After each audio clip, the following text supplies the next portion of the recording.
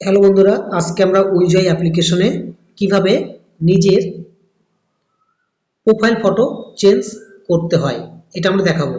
এই যে দেখতে পাচ্ছেন এখানটায় প্রোফাইল ফটো, এই যে পেন্সিল আইকন, এখানে ক্লিক করব। ঠিক এখানে ক্লিক করার পর আমরা ঠিক এখানটায় আমরা ক্লিক করব।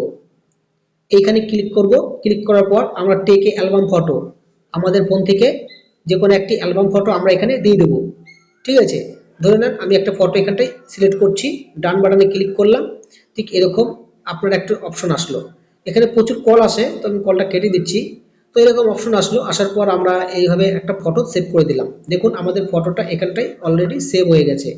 এবার আমরা ব্যাকে চলে আসবো।